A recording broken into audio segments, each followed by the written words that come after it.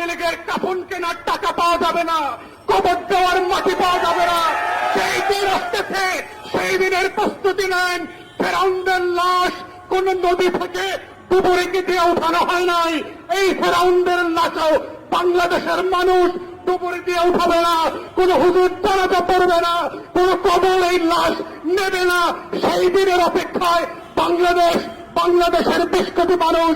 তাই আমরা মনে করিয়ে দিচ্ছি, যত স্বার্থ করেন, যত লুটপাট করেন, যত পদ্মা সেতু আর মেট্রো রেল বাঁচান, বাংলাদেশ মির্জাফরদেরকে আগেও ক্ষমা করে নাই, এখনো করবে না, ভবিষ্যতেও করবে না। যদি মনে করে থাকেন পুলিশের গাড়ি দিয়ে, সাইকেল দিয়ে, কানুন দিয়ে, র্যাবের গুম খুনের ইতিহাস চাওয়া করে, বিডিআর দিয়ে, সেনাবাহিনী দিয়ে বাংলাদেশের 20 কোটি মানুষের স্বাধীনতার সম্ভাবনা, আকাঙ্ক্ষাকে হত্যা করবেন, প্রকাশ স্বর্গে বাস করছেন বাংলাদেশের মানুষ।